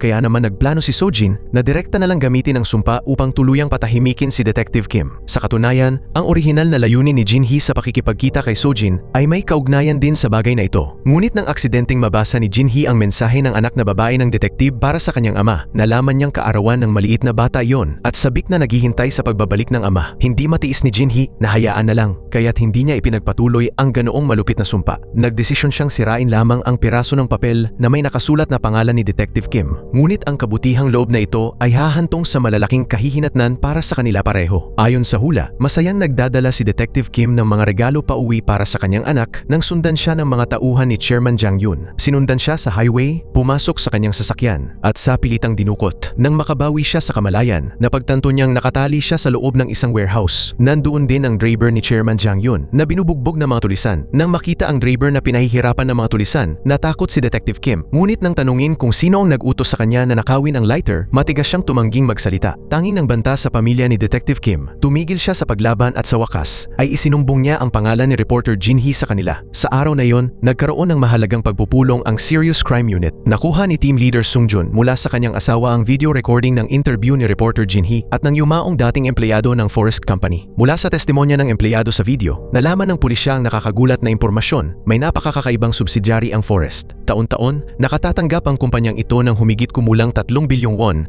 para lamang sa konsultasyon. Pinaghihinalaan ni Team Leader Sungjun ang anumang anomalya, ngunit wala siyang lehitimong paraan upang magsiyasat. Inutusan ng chief ang buong team na imbestigahan ang subsidiary sa ilalim ng dahilan ng pag-iimbestiga sa smuggling. Kamakailan, may impormasyon na nag-import ang Forest ng mga produkto mula sa ibang bansa na nagkakahalaga ng halos 1 bilyong won. Hindi ipinagbigay alam sa Import-Export Bureau. Sinunod ni Team Leader Sungjun ang utos ng chief at nagpa siya na sundan ang lead na ito upang makahanap ng mga palatandaan tungkol sa pagkawala ni Officer Jang. Pagkatapos, pumunta si Team Leader Sungjun upang sunduin ang kanyang asawa. Nag-leave si reporter Jinhee upang manatili sa newsroom dahil alam niyang iniimbestigahan siya ni Chairman Jang-yun. Tinanong ni Sungjun si Jinhee kung ano ang kanyang kinalaman. Sa wakas, ikinuwento ni Jinhee ang buong pangyayari tungkol sa ginagawa ni Sojin. Dito, nagtanong si Team Leader Sungjun kung bakit hahanapin ni Sojin ang kanyang asawa. Naniniwala si Jinhee na kapalaran ang nagdala sa kanilang dalawa. Ikinuwento niya na noong high school, mayroon siyang matalik na kaibigan na si Sojin. Noong panahong iyon, magkasama sila ni Sojin at madalas silang binubuli ng ibang estudyante, kaya't nagkakapit-bisig sila para sa suporta. Isang araw, hindi na matiis ng kanyang kaibigan at iniulat ito sa principal. Ngunit natakot si Jinhee sa posibleng paghihiganti ng mga bully, kaya hindi siya matapang na nagsalita at ibunyag ito kasama ang kanyang kaibigan. Labis nitong ikinagalit ang kanyang kaibigan. Dahil sa pakiramdam na siya'y niloko, tumalon ang kaibigan mula sa mataas na palapag upang wakasan ang sariling buhay. Pagbalik sa realidad, napuno si reporter Jinhee ng pagsisisi. Naisip niya na kung naging matapang lang siya noon para sa kanyang kaibigan, hindi sana nawalan ng buhay ang kaibigan ng hindi makatarungan. Pinakalma siya ni Team Leader Sungjun at sinabihan na hayaan na lang ang nakaraan. Matagal nang sinisikap ni Jinhee na tanggapin iyon. Ngunit ngayon, lumitaw si Sojin at humingi ng tulong. Nagdesisyon si reporter Jinhee na subukan muli upang itama ang kanyang mga nakaraang pagkakamali. Labis na naantig si Team Leader Sungjun at pinalakas ang loob ang kanyang asawa. Ipinangako na tutulungan siya sa lahat ng paraan. Pagkatapos, dinala ni reporter Jinhee ang kanyang asawa sa taguan ni Sojin. Doon lamang naniwala si Team Leader Sungjun sa kakayahang supernatural ni Sojin. Binigyan niya ito ng bagong cellphone na may GPS tracker at inutusan si Jinhee na itapon ang luma upang maiwasan ang masubaybayan. Inutusan niya si Jinhee na manatili doon kasama si Sojin para sa kaligtasan at iwanan ang imbestigasyon kay Sorcerer Jin Kyung at sa subsidiary ng Forest sa kanya at sa pulis. Pumayag si reporter Jinhee at pinayagang umalis ang kanyang asawa. Ngunit sa sandaling nawala si Sungjun sa paningin, agad siyang nagplano ng panibagong estratehiya kasama si Sojin. Samantala, sa isa pang pangyayari, may lumalaking misteryosong puno sa bahay ni Chairman Jong-yun. Binuksan niya ang Cursed Forest app upang suriin ito. Pagkatapos ay kinuha ang mga larawan ng mga taong nais niyang sumpain at isinabit sa mga dahon ng puno. Ang bilang ng mga larawan ay hindi mabilang. Ipinagpatuloy ni Chairman Jong-yun ang pag-browse sa app at hindi sinasadyang nakita ang pangalan ni Baek Sojin. Isa pala itong post mula sa kanyang mga mapanirang kaklase na humihiling na sumpain siya. Agad na nakilala ni Chairman Jong-yun ang mukha sa larawan. Siya ang taong nakasalubong niya sa elevator ng ospital. May naunawaan siya at labis siyang natuwa. Agad niyang ipinatawag ang sorcerer na si Jin Kyung. Makalipas ang ilang oras, dumating si Jin Kyung. Itinuro ni Chairman Jong-yun ang larawan ni Sojin at sinabi na ito ang isinumpang sorcerer na kanilang hinahanap. Nais niya itong hulihin kaagad, ngunit pinigilan siya ni Jin Kyung. Ipinaalala niya kay Jong-yun na malapit nang mag-IPO ang forest at sa sensitibong panahong ito, hindi maaaring magkaroon ng anumang aberya ang chairman. Nangako si Jin Kyung na siya na ang bahala kay Sojin at sa sinumang hahadlang sa kanila. Matapos pakinggan ang kanyang payo, tuluyan ang isinantabi ni Chairman Jong-yun ang kanyang obsesyon na siya mismo ang huhuli kay Sojin. Samantala, dumating ang mga pulis sa misteryosong subsidiary headquarters ng forest. Ngunit ang tanging nadatnan nila ay ang alagad ni Jin Kyung. Parang bula namang naglaho si Jin Kyung. Walang mahalagang ebidensyang nakuha ang investigasyon ng pulisya, maliban sa ilang kakaibang espiritual na mga artifact. Samantala, ipinatawag nila si Secretary Lee Wan sa presinto para sa interogasyon. Ngunit sumagot si Lee Wan ng may paghamon. Pilit tinatago ang madilim na lihim sa likod ng forest at ang impormasyon tungkol sa isinumpang app. Kulangan din sa sapat na ebidensya ang mga pulis upang idiin siya, kaya wala silang magawa kundi palayain si Lee Wan. Bago umalis, ginamit pa niya ang asawa ni Chief Sung-jun upang asarin ito. Pinayuhan pa ni Lee Wan si Sung-jun na bantayan ng mabuti ang kanyang asawa. Naggitngit sa galit si Chief Sung-jun. Tinawagan niya ang kanyang asawa at sinabing wala nang ibang natagpuan ng pulisya tungkol sa subsidiary ng forest. Ang sorcerer na binanggit ng kanyang asawa ay wala ring bakas, at ang pangalan ng may-ari ng subsidiary sa mga dokumento ay si Jubong lamang. Ang sorcerer na si Jin Kyung ay isang misteryosong tao at hindi kailanman nagpakita sa publiko. Hiniling ni reporter Jin Hee sa kanyang asawa na ipadala sa kanya ang impormasyon tungkol kay Jubong. Nang makuha ang file, agad niya itong ipinakita kay Sojin. Ngunit hindi rin kilala ni Sojin si Jubong. Gayunpaman, nagpa siya silang magsimula sa taong ito upang pilitin ang sorcerer na si Jin Kyung na lumantad. Kinagabihan, nakatanggap si Jubong ng isang anonymous na mensahe mula kay reporter Jin Hee. Sinabi nito na hawak niya ang personal na gamit ni Jubong at naghahanda siyang magsagawa ng isang malupit na sumpa. Labis ang takot ni Jubong. Binigyan siya ni reporter Jin Hee ng paraan upang makaligtas, ngunit kailangan niya itong makipagkita sa isang tiyak na lugar upang makipag-areglo. Kasabay nito, hindi niya dapat ipaalam kay Chairman Jong-yun o kay Sorcerer Jin Kyung ang tungkol dito. Kapag sinuway niya si Jin Hee, agad siyang titigil sa paghinga. Dali-daling nagtungo si Jubong sa tagpuan upang makipagkita kay reporter Jin Hee. Pagdating doon, lumuhod siya at nagmakaawang iligtas ang kanyang buhay. Malamig na sinabi ni reporter Jin Hee na kung sasagutin niya ng tapat ang ilang katanungan, palalampasin niya siya. Nangako si Jubong na sasabihin ang lahat ng kanyang nalalaman. Una, nais malaman ni reporter Jin Hee kung ano ang ginawa ni Sorcerer Jin Kyung noong araw. Bago nabigo ang sumpa ni Sojin kay Chairman Jong-yun, isinalaysay ni Jubong ang tungkol sa Japanese magic drum. Nais malaman ni Jin Hee kung maaari pa ba itong magamit muli. Sinabi ni Jubong na tuluyan nang nasira ang mahiwagang tambol. Ikalawa, gusto ni reporter Jin Hee malaman ang tunay na pangalan ni Sorcerer Jin Kyung. Ngunit wala itong alam dahil palagi umanong gumagamit ng alias si Jin Kyung. Walang nakaalam sa kanyang tunay na pangalan. Ang tanging alam ni Jubong ay isinumpa rin si Jin Kyung ng isang napakalakas na espiritu. Sa huling tanong, inusisa ni reporter Jin Hee kung ano ang tunay na layunin ng forest. Nanginginig na sumagot si Jubong na hindi niya alam ang lahat, ngunit handa siyang ibunyag ang kakaunting impormasyong mayroon siya. Lumabas na nagmamadaling ihanda ng Forest Corporation ang kanilang IPO. Sa mahalagang araw na yon, binalak ni Chairman Jong-yun at ng sorcerer na si Jin Kyung na magsagawa ng isang malakihang ritual ng sumpa. Naghanda sila ng isang mahiwagang puno at kasabay nito ay nag-imbita sila ng maraming bihasang sorcerer mula sa ibang bansa upang tumulong. Nagtaka si reporter Jin Hee kung ano nga ba talaga ang pinaplano ng forest. Ngunit hanggang doon lamang ang alam ni Jubong. Sa puntong iyon, tinakot siya ni Jin Hee at pinilit na maging impormante niya. Ano man ang gawin ni na Chairman Jong-yun at Sorcerer Jin Kyung, kailangan niya itong agad iulat kay Jin Hee. Pagkatapos, umalis sina Jin Hee at Sojin na iniwang nanginginig si Jubong. Kahit nakaligtas siya sa panganib, hindi pa rin nawawala ang kanyang takot.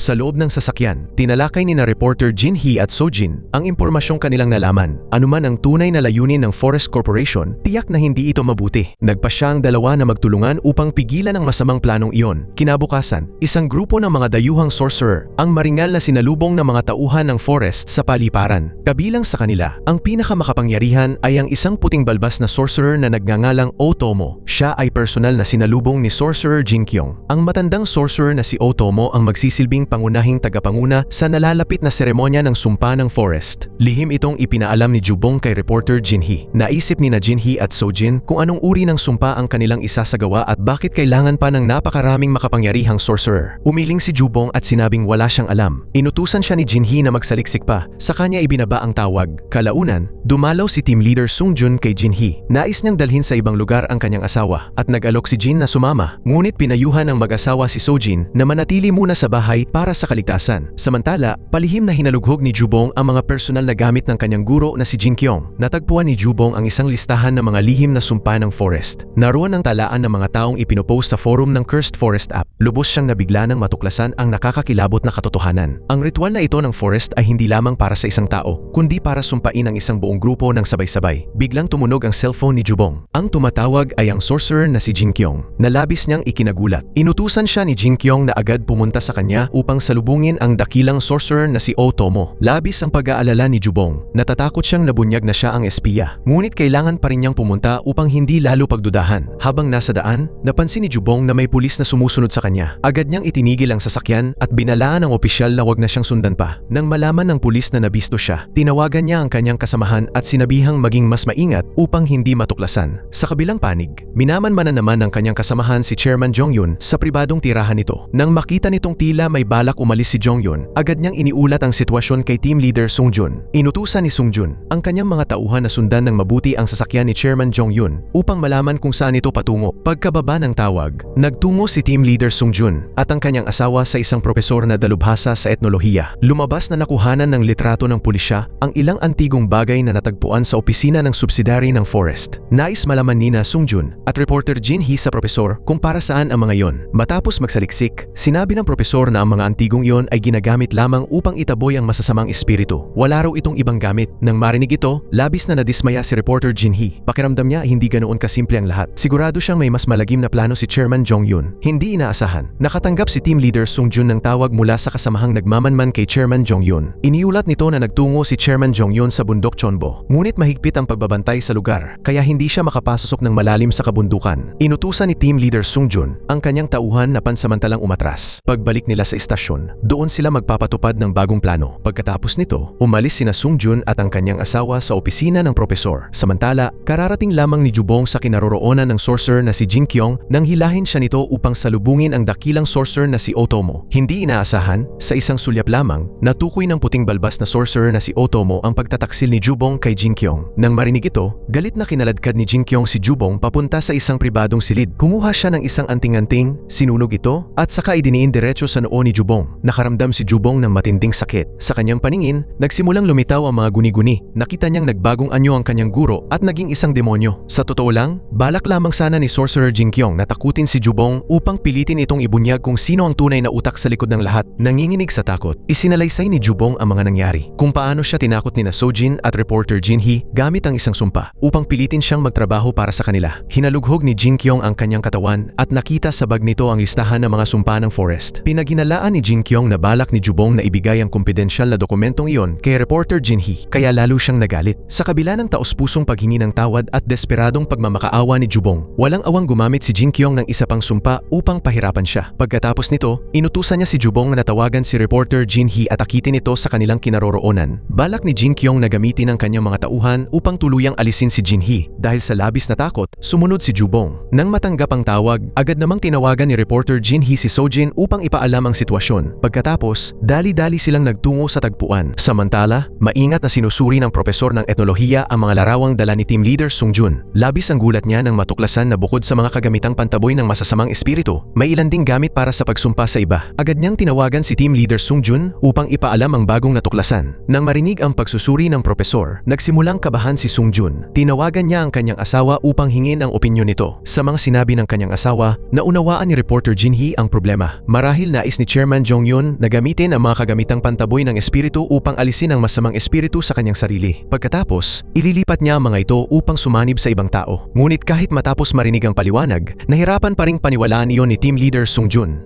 Wala nang oras si reporter Jin Hee upang makipagtalo, kaya agad niyang ibinaba ang tawag at nagpatuloy sa pagmamaneho patungo sa tagpuan kasama si Jubong. Pagdating ni Jin Hee, biglang lumitaw si Sorcerer Jinkyong. Mabilis nitong idinikit ang isang anting-anting sa noo ni Jin Hee, dahilan upang siya ay maparalisa at hindi makasigaw. Pagkatapos, pinainom siya ng droga ng isang tauhan at isinakay sa kotse. Lumingalinga si Jinkyong, hinahanap si Sojin. Ngunit si Sojin, na nasaksihan ang lahat mula sa malayo, ay nakapagtago sa isang liblib na sulok upang makaiwas kay Jinkyong. Matapos dalhin dalhin ng mga salarin si reporter Jin-hee. Agad na tinawagan ni Sojin si Sungjun upang iulat ang nangyari. Nang malaman ni Sungjun na dinukot ang kanyang asawa, labis siyang nag-alala. Sinabi niya kay Sojin na umuwi muna at hintayin siya habang hahanapin niya si Jin-hee. Ngunit hindi sumagot si Sojin at agad na ibinaba ang tawag. Samantala, dinala si reporter Jin-hee sa isang abandonadong bahay. Unti-unti siyang nagkamalay at nakita si Sorcerer Jin Kyung na nakangiting tila may masamang balak. Gumamit si Jin Kyung ng pananakot upang pilitin si Jin-hee na ibunyag ang pinagtataguan ni Sojin. Ngunit mariing tumanggi si Jin-hee at sinabing hindi niya kailanman pagtataksilan si Sojin. Sa halip, tinanong niya si Jin Kyung tungkol sa tunay na layunin ng forest sa nalalapit nitong paglulunsad. Bagaman walang sinabi si Jin Kyung, nahulaan ni reporter Jin-hee ang buong plano. Nais ni Jin Kyung na hiramin ang kapangyarihan ng mga dayuhang sorcerer upang alisin ang masamang espiritu kay Chairman Jong-yun at pagkatapos ay isumpa ito sa libu-libong tao sa pamamagitan ng isang app gamit ang masamang espiritu upang manipulahin ang lipunan. Nang makita ni Jin Kyung na alam na ni Jin-hee ang katotohanan, lalo siyang nagalit. Pinaniwalaan niyang si Jubong ang nagbunyag ng lihim kaya ginawa niya itong panakot laban kay Jin-hee. Idinikit ni Sorcerer Jin Kyung ang isang anting-anting sa noo ni Jubong. Saka nagpasok ng isang mabangis na masamang espiritu sa kanyang katawan. Lumitaw ang madilim na pulang mga ugat sa katawan ni Jubong at agad siyang nawalan ng malay. Nang masaksihan ang nakakatakot na eksenang iyon, sa sobrang takot ni reporter Jin-hee ay napaluhod siya sa lupa. Gayunman, napulot niya ang isang basag na piraso ng laryo na nasa tabi niya. Sa sandaling iyon, umupo si Sorcerer Jin Kyung sa tabi ni Jubong at malamig na sinabi na isinama na niya sa katawan nito ang kaluluwa ng isang demonyong sumisipsip ng dugo. Mabubuhay si Jubong habang buhay na naghahangad ng dugo at laman. Humarap si Jin Kyung kay reporter Jin-hee at tinanong kung nais ba nitong sapian ng isang demonyong mahalay na walang tigil sa paghahangad ng mga lalaki o kung susunod na lamang ito at sasabihin ang kinaroroonan ni Sojin. Ngunit nanatiling matatag si Jin-hee. Habang naghahanda si Sorcerer Jin Kyung na kumuha ng panibagong anting-anting, biglang tumunog ang cellphone ni Jin-hee. Sinagot iyon ni Jin Kyung upang makausap si Sojin. Sinabi ni Sojin na handa niyang ialay ang sarili kapalit ng kaligtasan ni reporter Jin-hee. Itinaas ni Jin Kyung ang cellphone sa harap ni Jin-hee upang patunayang buhay pa ito. Pagkatapos, nagkasundo silang magkita sa isang lugar para sa palitan ng bihag. Hindi naman mangmang si Sojin at alam niyang agad siyang mahuhuli kapag pumunta roon. Kaya iginiit niyang pakawalan muna ni Jin Kyung ang mga bihag bago sila magkita sa istasyon ng subway. Ngunit pagkababa pa lamang ng tawag, inutusan na ni Jin Kyung ang leader ng kanyang grupo na asikasuhin si reporter Jin-hee habang siya naman ay sasama sa 3 pang tauhan upang hulihin si Sojin. Ang natitirang mga tauhan ay isinakay sina reporter Jin-hee at Jubong sa kotse. Balak silang dalhin sa isang liblib na lugar upang patayin. Samantala, inutusan ni team leader Sungjun ang kanyang mga kasamahan na hanapin ang lokasyon ng cellphone ng kanyang asawa. Mabuti na lamang at hindi ito pinatay. Agad niyang pinangunahan ang Special Forces team upang iligtas si Jin-hee. Sa daan, napansin niyang gumagalaw ang GPS signal ng kanyang asawa. Naintindihan niyang inililipat si Jin-hee sa ibang lugar. Kaya mabilis niyang inutusan ang kanyang team na umikot at habulin ang sasakyan. Sa loob ng kotse ng mga dumukot, biglang nagwala si Jubong na nagsasalita ng walang malinaw na saysay dahil sa impluwensya ng masamang espiritu. Nang makita ito, agad tinakpan ng lalaking may balbas ang bibig ni Jubong gamit ang tape. Sa sandaling iyon, naalala ng leader na may nasalubong silang sasakyang pulis kanina kaya nakaramdam siya ng masama. Agad niyang inutusan ang kanyang tauhan na halughugin ang bag ni reporter Jin-hee. Natagpuan ng lalaking may balbas ang isang cellphone na naka-on ng GPS. Agad ipinahinto ng leader ang sasakyan at itinapon ang cellphone sa kalsada. Nang matagpuan ni team leader Sungjun ang cellphone na nakahandusay sa gitna ng daan, alam niyang nawala na muli ang bakas ng kanyang asawa. Bagamat nakaiwas sa pulis ang mga salarin, nagkaroon ng malaking kaguluhan sa loob ng kotse. Biglang kinagat ni Jubong ang tape na nakatakip sa kanyang bibig at saka sinugod ang lalaking may balbas. Kinagat ang tainga nito. Nagmadaling sumugod ang iba pang tauhan upang pigilan siya. Sinamantala ni reporter Jin-hee ang kaguluhan at ginamit ang piraso ng basag na laryo na napulot niya kanina upang putulin ang tali sa kanyang mga kamay. Pagkatapos, gamit ang kanyang scarf, mahigpit niyang sinakal ang driver. Nawalan ng kontrol ang sasakyan at bumangga sa bukirin. Nawalan ng malay ang lahat ng nasa loob. Makalipas ang ilang sandali, unti-unting nagkamalay si reporter Jin-hee. Pinilit niyang gumapang palabas ng wasak na sasakyan upang makatakas. Ngunit makalipas ang ilang hakbang ay nadapa siya dahil sa pagkapagod. Sa malas, nagising din ang leader ng grupo. Kumuha ito ng bakal na pamalo at sinugod si Jin-hee. Determinadong hindi siya patakasin. Habang itataas na ng leader ang pamalo upang bigyan siya ng nakamamatay na hampas, dumating si team leader Sungjun sa tamang oras. Nang makita ang kanyang asawa sa panganib, agad niyang binunot ang baril at pinaputukan ang leader. Sumugod din ang kanyang mga tauhan upang dakpin ang salarin. Muntik nang mapahamak si reporter Jin-hee, ngunit nakaligtas siya. Agad tumawag ang pulis ng ambulansya upang dalhin siya sa ospital. Samantala, dumating si Sorcerer Jin Kyung sa tagpuan sa istasyon ng subway at tinawagan si Sojin. Hindi inaasahan, hayagan siyang hinarap ni Sojin. Kinawayan ni Sojin si Jin Kyung upang sundan siya. Nagpadala si Jin Kyung ng tauhan sa ibang direksyon upang harangin siya. Ngunit matalinong nakatakas si Sojin papasok sa tren ng subway. Nakita ito ni Jin Kyung at agad siyang sumunod kasama ang kanyang mga tauhan sa loob ng tren.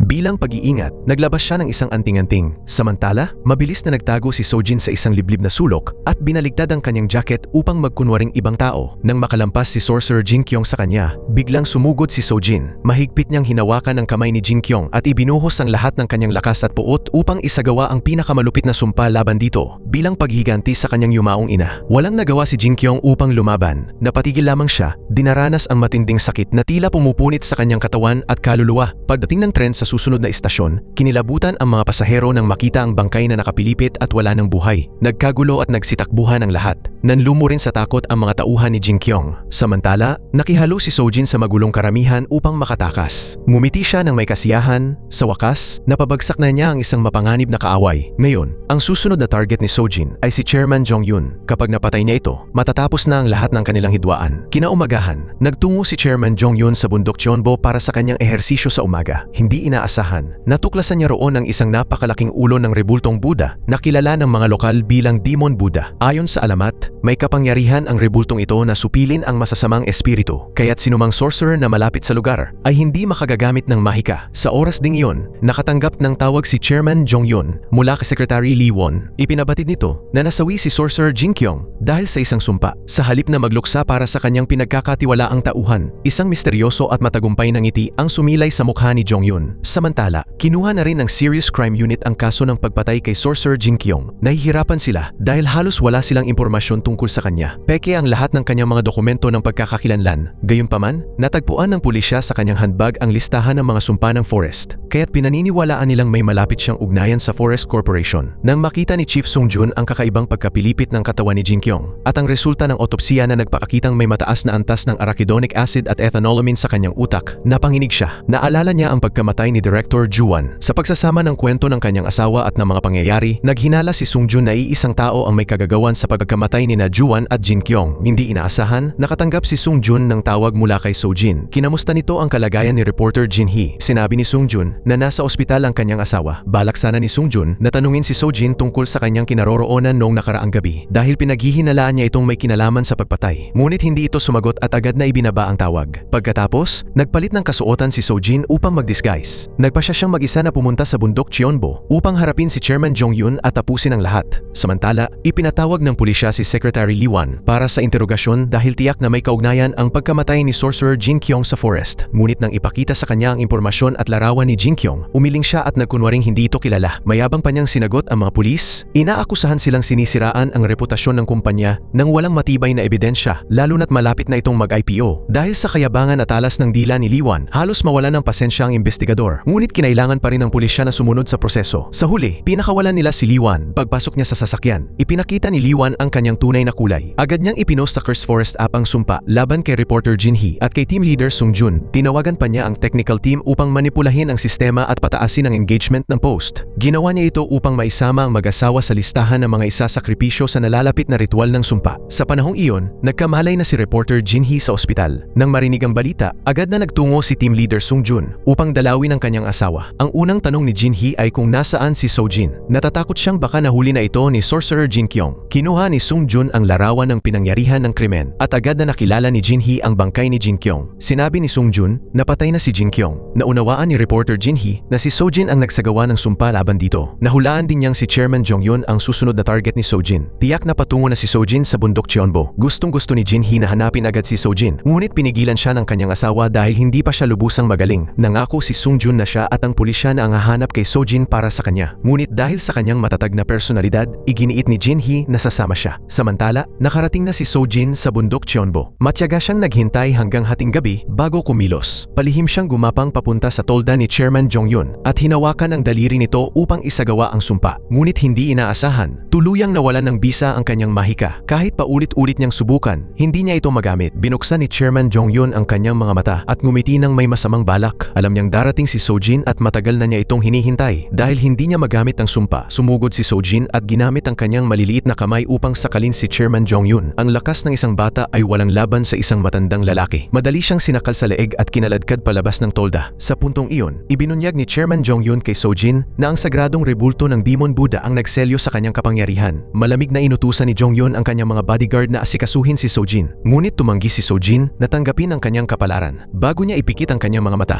nais muna niyang malaman malaman kung bakit napakalupit na pinatay ni Chairman Jong-yun ang kanyang ina, maraming taon na ang nakalipas. Ang sagot ni Jong-yun ay lubos na ikinagulat ni Sojin. Lumalabas na ang ina pala ni Sojin ang unang nagtangkang pumatay kay Jong-yun upang wasakin ang masamang espiritu sa loob nito. Sa gitna ng kanilang pag-aagawan, aksidenteng nakita ni Jong-yun ang pulang mga ugat sa kamay ni Sojin. Kaparehong-kapareho iyon ng marka sa sarili niyang kamay. Bigla niyang naunawaan ang isang nakakagulat na katotohanan. 10 taon na ang nakalipas. Hindi lamang siya ang sinapian ng masamang espiritu. Nahati rin ito at sumanib kay Sojin. Habang ihahanda na sana ng ina ni Sojin ang sumpa upang tapusin ang buhay ni Jong-yun, nakita niyang namimilipit sa sakit ang kanyang anak. Dahil dito, nanghina ang kanyang loob at tumigil siya. Dahil doon, nabigyan ng pagkakataong mabuhay si Chairman Jong-yun. Nagpa siya si Jong-yun na ibalik ang buhay na yon bilang kabayaran sa utang niya kay Sojin. Inutusan niya ang kanyang mga bodyguard na ihatid ng ligtas si Sojin pababa ng bundok. Sa pagkakataong ito, pinatawad ni Chairman Jong-yun si Sojin. Itinuturing na bayad na ang kanyang utang. Binalaan niya si Sojin na kapag muli siyang gumambala, wala na siyang awa. Puno ng sama ng loob at kawalan ng magawa, bumaba ng bundok si Sojin. Bigla siyang nahilo at bumagsak sa lupa.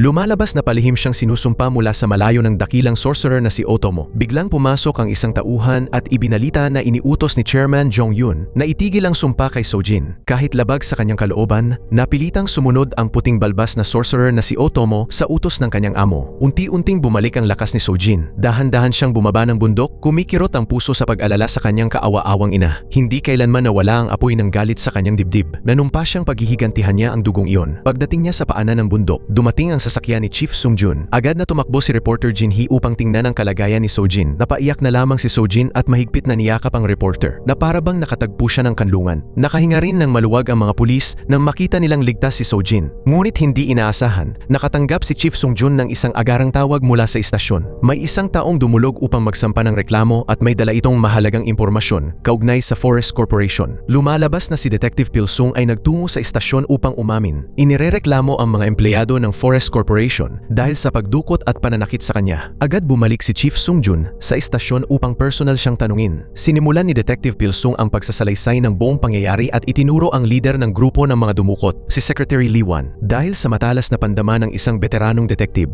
naalala ni Pilsung ang buong rutang dinaanan niya kahit nakapiring siya noon. Maingat niya itong iginuhit sa kanyang kwaderno. Masigasig ding itinuro ni Detective Pilsung sa pulisya kung paano maresolba ang kaso. Iminungkahin niyang sundan ang ruta sa kwaderno at kumuha ng CCTV footage sa mga karatig lugar. Tiyak daw na makikita roon ang mga dumukot habang inihahatid siya bilang bihag at posibleng lumitaw din ang mukha ni Secretary Lee Wan sa mga video. Bagamat hindi lubusang nagtitiwala si Chief Sung-jun kay Pilsung, iniutos pa rin niya sa kanyang mga tauhan na kunin ang kwaderno. Sa puntong ito, wala nang ibang pagpipilian ang pulisya kundi imbestigahan ang lead na iyon. Kinabukasan, pinangunahan ni Chief Sung-jun ang Serious Crime Team sa pagsunod sa direksyon sa kwaderno. Ngunit kahit paulit-ulit silang maghanap, hindi nila makita ang lugar na tinutukoy ng detective bilang pinagkulungan sa kanya. Habang paalis na sana ang pulisya, biglang lumitaw si Detective Pilsung. Sinabi niyang siya mismo ang magiging gabay ng mga pulis. Sa pagsunod sa mga simbolo sa kwaderno, tuluyan niyang naihatid ang pulisya sa eksaktong lugar kung saan siya ikinulong. Namangha si Chief Sung-jun at ang kanyang koponan sa pambihirang memorya ng detective. Agad nag-utos si Sung-jun na kolektahin ang CCTV footage mula sa mga nakapaligid na lugar. Samantala, isinama ni reporter Jin Hee si Sung-jun upang makipagkita muli sa propesor ng etnolohiya dahil may nais siyang ikonsulta. Pagkakita pa lamang kay Sung-jun, agad napansin ng propesor ang kakaibang pulang mga ugat sa kanyang kamay. Ipinaliwanag niyang ang mga ito ay tinatawag na banal na marka.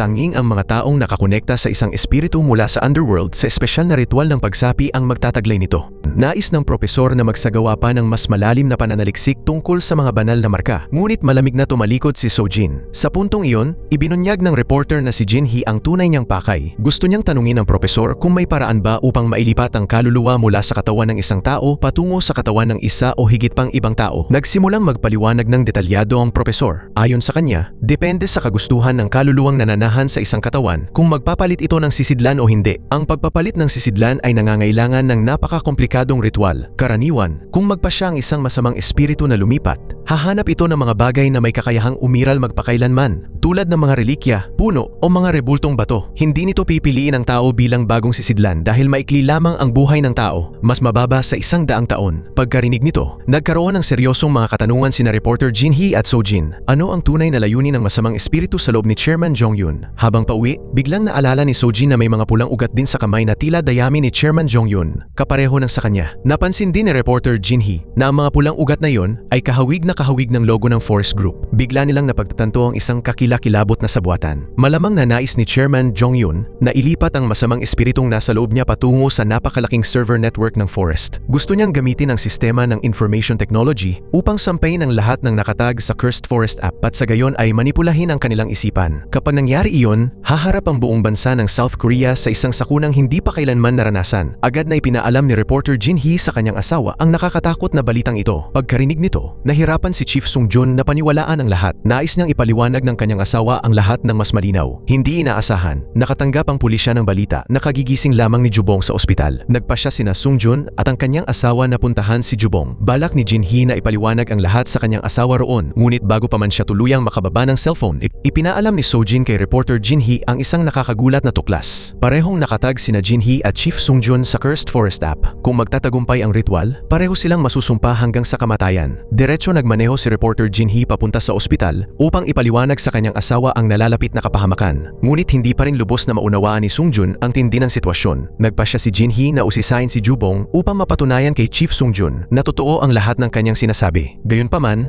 biglang nagwala si Jubong. Nang tanungin siya ni reporter Jin-hee tungkol sa tunay na layunin ng Forest, ibinunyag ni Jubong ang lahat ng hinala ni Jin-hee. Isinigaw ni Jubong na ang layunin ni Chairman Jong-yun ay kontrolin ang lahat upang lumikha ng sarili niyang mundo, isang mundong walang batas at walang pulis. Galit na sinugod ni reporter Jin-hee si Jubong, ngunit hinila siya palayo ng kanyang asawa. Sa kabila ng pag-amin ni Jubong, hindi pa rin naniwala si Chief Sung-jun sa mga supernatural na bagay. Iniisip niya na labis lamang ang pagiging mapamahiin ng kanyang asawa. Kinuha ni Sung-jun ang isang larawan mula sa kuha ng security camera na nagpapakita kay Secretary Lee Wan habang dinudukot si Detective Pil-sung. Iginit niya na sapat na ebidensya ito upang maaresto ang kalihim at maiharap sa hustisya ayon sa batas. Nang makita ni reporter Jin-hee na matigas ang ulo ng kanyang asawa at ayaw maniwala sa kanya, tahimik niyang isinama si Sojin palayo. Nagpasya ang dalawa na sila mismo ang humanap ng paraan upang pigilan si Chairman Jong-yun. Samantala, dumating na ang pulisya sa punong tanggapan ng Forest upang arestuhin si Secretary Lee Wan. Sa kabila ng pagkakaposas, nanatiling kampante si Lee Wan na makakatakas siya sa parusa. Naniniwala siyang kung hihintayin lamang niya ang susunod na araw, makokontrol na ng Forest ang buong bansa ng South Korea. Walang kaalam-alam si team leader Sung-jun tungkol sa madidilim na puwersa, kaya kumilos pa rin siya na tila nagtagumpay na laban sa kriminal. Balikan natin ang nakalipas na 10 taon, kilala ng shaman na si Jin Kyung, ang pinuno ng isang malaking ospital. Isang araw, nakatanggap ang ospital ng isang kakaibang pasyente. Mula sa salaysay ng pinuno ng departamento, napagtanto ni Jin Kyung na ang pasyente ay sinasapian ng isang demonyo. Ang taong iyon ay walang iba kundi ang batang si Jong-yun. Napansin ni Jin Kyung na napakalakas ng masamang espiritong nasa loob ni Jong-yun, kaya nais niyang subukin ang kanyang kapangyarihan laban dito. Pumayag ang pinuno ng departamento na isagawa ni Jong-yun ang isang lihim na ritual ng pagpapaalis ng demonyo sa loob mismo ng silid ng ospital. Nagtapos ang ritual sa isang napakalaking kabiguan. Pansamantala lamang napahupa ng exorcist na si Jin Kyung ang masamang espiritu, ngunit hindi niya ito napaalis sa katawan ni Jong-yun. Nang mapagtanto niyang napakalakas at puno ng potensyal ang kapangyarihang iyon, nagpasya si Jin Kyung na ito na lamang ang supilin at sambahin. Pumayag siyang paglingkuran si Chairman Jong-yun sa kanyang planong bumuo ng isang bagong lipunan. Sa panahong iyon, hindi pa batid ni Jong-yun ang kapangyarihang dumadaloy sa loob niya, kaya masunurin niyang sinusunod ang lahat ng sinasabi ni Jin Kyung. Natanaw ni Jong-yun na may hahadlang sa kanya balang araw, kaya nagpasya si Jin Kyung na isama siya upang harapin ang ina ni Sojin. Ngunit nagkamali si Jin Kyung sa kanyang paghuhusga. Ang taong nakatakdang pumigil sa plano ni Jong-yun ay si Sojin, hindi ang kanyang ina. Pagbalik sa kasalukuyan, dinala ni Sojin si reporter Jin-hee sa bahay ng ina ni Chairman Jong-yun. Umaasa silang makahanap ng isang gamit ni Jong-yun noong bata pa siya upang maisagawa ang panibagong sumpa. Mula sa kwento ng matandang babae, nalaman nilang nagpadala si Chairman Jong-yun ng mga tao upang kolektahin at sirain ang lahat ng kanyang personal na gamit. Sa kabutihang palad, dahil sa pagmamahal at pananabik sa kanyang anak, lihim na itinago ng kanyang ina ang ilang laruan nito noong bata pa. Maingat na ibinukas ni reporter Jin-hee ang usapan tungkol kay Jong-yun upang makahanap ng pagkakataong manakaw ang kanyang pluma noong siya'y nag-aaral pa. Sa puntong iyon, malungkot na isinalaysay ng ina ni Chairman Jong-yun ang mga nangyari. Mula nang maganap ang seremonya sa bahay ni Sojin 10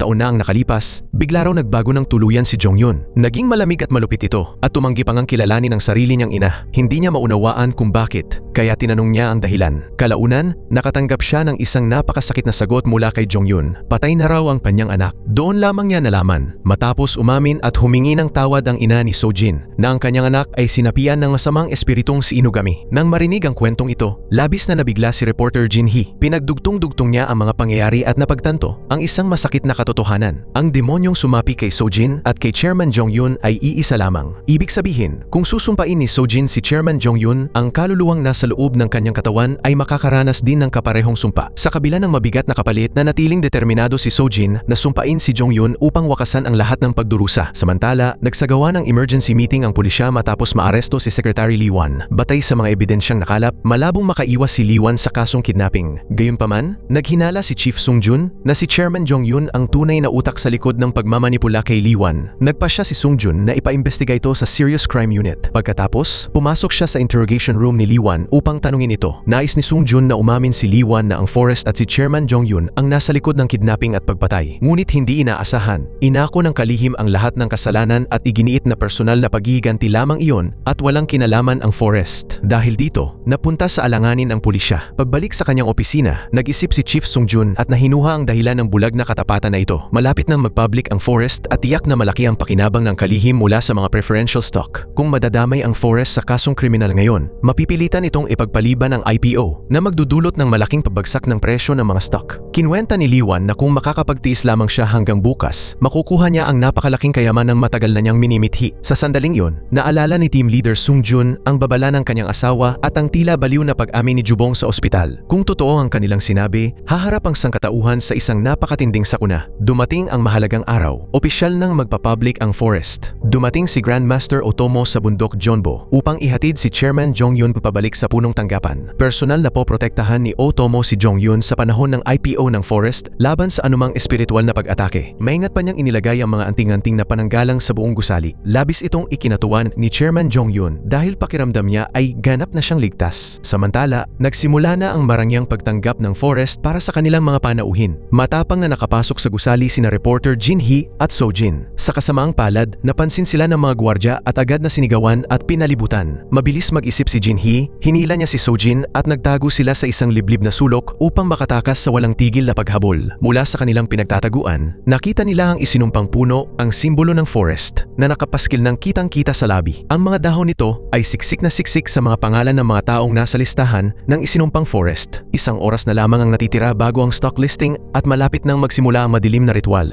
Ngunit hindi pa rin nagpapakita si Chairman Jong-yun. Nagpasya silang manatiling tahimik at hintayin ang tamang pagkakataon. Sa istasyon ng pulisya, gumawa si Chief Sung-jun ng isang plano upang pilitin ang kalihim na magsalita. Umasa siya sa impormasyong ibinigay ng kanyang asawa na nagsabing ang sinumang matag ang pangalan sa app ay masusumpa at mamamatay. Sinamantala ni Sung-jun ang sitwasyon at ipinakita kay Lee Wan ang isang larawang inedit sa digital. Makikita sa larawan ang pangalan ni Lee Wan na malinaw na nakalagay sa listahan ng mga iaalay na sakripisyo. Nang makita niya ang sariling pangalan, nagpanik si Lee Wan at labis na natakot. Agad niyang tinalikuran ang kanyang katapatan at inamin sa pulisya ang lahat tungkol sa baliw na plano ni Chairman Jong-yun. Wala na sa hiya, hiniling pa ng kalihim na mahiram ang cellphone ni Sung-jun upang tawagan ang pinuno ng Information Department. Nais niyang ipatanggal ang kanyang pangalan sa listahan. Ngunit lito at nagtataka ang pinuno ng Information Department nang sabihin kay Lee Wan na wala naman ang kanyang pangalan sa sistema. Tuluyang naguluhan si Lee Wan. Sa puntong iyon, ngumiti si team leader Sung-jun at sinabi sa kanya na gawa lamang sa Photoshop ang larawan. Mapait na napagtanto ni Lee Wan na naloko siya. Doon lamang tuluyang naniwala si team leader Sung-jun sa mga sinabi ng kanyang asawa. Agad silang nagtungo ng kanyang mga kasamahan sa punong tanggapan ng Forrest. Pagdating nila roon, sinalakay ng pulisya ang lugar. Pinusasan ng pinuno ng Information Department at dinala ito. Samantala, may isa pang grupo ng mga pulis na sumunod kay Sung-jun papasok upang magsiyasat. Sa wakas, lumitaw si Chairman Jong-yun sa malaking entablado. Tumayo si Grand Sorcerer Otomo upang pangunahan ang seremonya. Dahil matagal na niyang hinihintay ang sandaling iyon, lumabas si Sojin mula sa kanyang pinagtataguan at sinimulang sumpain si Chairman Jong-yun. Biglang nakaramdam si Jong-yun ng matinding sakit sa buong katawan. Napagtanto ni Otomo na may gumagambala sa seremonya at dali-daling inutusan ng iba pang sorcerer na gumawa ng proteksyong harang. Ngunit napakalakas ng kapangyarihan ng galit ni Sojin. Nasupil niya ang mga sorcerer na isa-isang bumagsak at nagsuka ng dugo. Nang makita ito, napilitan si Grand Sorcerer Otomo na personal na kumilos. Tunay sa kanyang reputasyon bilang pinakamalakas na sorcerer sa Japan, si Otomo lamang ang nakayanan ang nakakatakot na sumpa ni Sojin. Sa pinakahuling sandali, ang mga dramatikong pangyayari sa seremonya ay nagbigay ng maling akala sa mga dumalo na isa lamang itong pagtatanghal ng sining, kaya napahanga pa sila at napasinghap sa paghahanga. Wala silang kamalay-malay sa trahedyang malapit ng maganap. Ang nakita lamang nila ay ang makakapal na pulang ugat na lumitaw sa katawan ni Chairman Jong-yun. Ang masamang espiritong si Inugami na naninirahan sa loob ni Jong-yun ay tuluyang kumawala at ganap na sinakop ang kanyang katawan na ginawa siyang isang tunay na demonyo. Nagsimulang magbago ang mga tao sa audience. Namula ang kanilang mga mata at nawala nawala ang kanilang katinoan. Maging sina reporter Jin Hee at team leader Sung Jun ay nagsimulang dumanas ng parehong kapalaran. Sa mga lansangan, ang mga taong natag ng sumpa ay bumagsak din at ang kanilang mga mata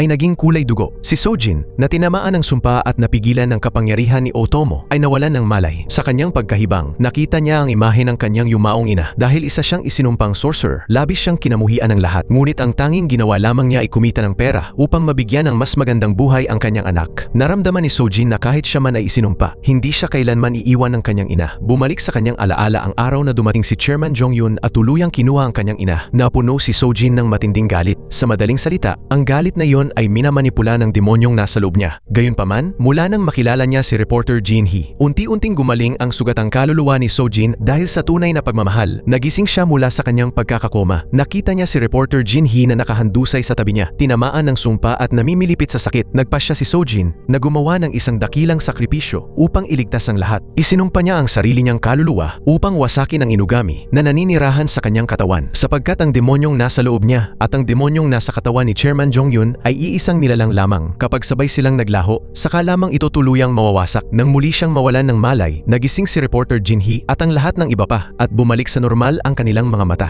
Gayunpaman, si Grand Sorcerer Otomo ay nakaranas ng kakilakilabot na epekto mula sa sumpa. Habang dumaranas ng matinding sakit, agad siyang inalalayan at inilabas ng kanyang mga alagad. Naiwan si Chairman Jong-yun, nawala ang kanyang tagapagtanggol at maging ang kanyang orihinal na kaluluwa. Bigla na lamang nagliyab ang kanyang katawan na parang isang buhay na sulo. Ang mga manonood sa ibaba ay muling namangha. Inaakalang isa lamang itong kahangahangang special effects sa entablado. Sa wakas, tuluyang nawasak ang demonyo at natapos ang lahat. Ang balita tungkol sa insidente sa forest ay mabilis na naging mainit na paksa sa mga pahayagan. Inanunsyo na namatay si Chairman Jong-yun sa sunog. Dahil dito, si Secretary Lee Wan at ang Forest Group ang itinuring na ganap na responsable sa sunod-sunod na krimen. Dinala si Sojin sa isang ampunan habang siya'y walang malay. Makalipas ang isang buwan, binisita ni na reporter Jin Hee at ng kanyang asawa si Sojin. Ngunit hindi pa rin siya nagkakamalay. Umupo si Jin Hee sa tabi ng kama ni Sojin, hinawakan ang kanyang kamay at tahimik na nagpasalamat sa mga pambihirang bagay na ginawa niya. Dahil sa sakripisyo ni Sojin, naging ligtas ang lahat. Tila naabot ng mga salita ni Jin Hee ang kanyang kamalayan, sapagkat isang luha ang pumatak mula sa kanyang mata. Ngunit pagkalabas ni na Jin Hee at ng kanyang asawa sa silid, misteryosong nawala si Sojin mula sa kanyang higaan. May makakahula kaya kung saan nagpunta si Sojin? Marahil pinili niyang lisanin ang magulong mundong ito upang hanapin ang sariling kapayapaan. Nagtatapos ang kwento sa misteryosong pagkawala ni Sojin na nagiiwan sa mga manonood ng pakiramdam ng pangamba at pananabik. Ang The Cursed ay hindi lamang isang dramatikong labanan ng mga espiritu. Isa rin itong malalim na babala tungkol sa bigat at kapangyarihan ng galit. Sana, sa pamamagitan ng kwentong ito, matuto tayong lahat na magtanim ng mga binhi ng kabutihan sa halip na diligan ang halaman ng puot. At dito nagtatapos ang pelikula. Maraming salamat sa panonood. Hanggang sa muli, paalam.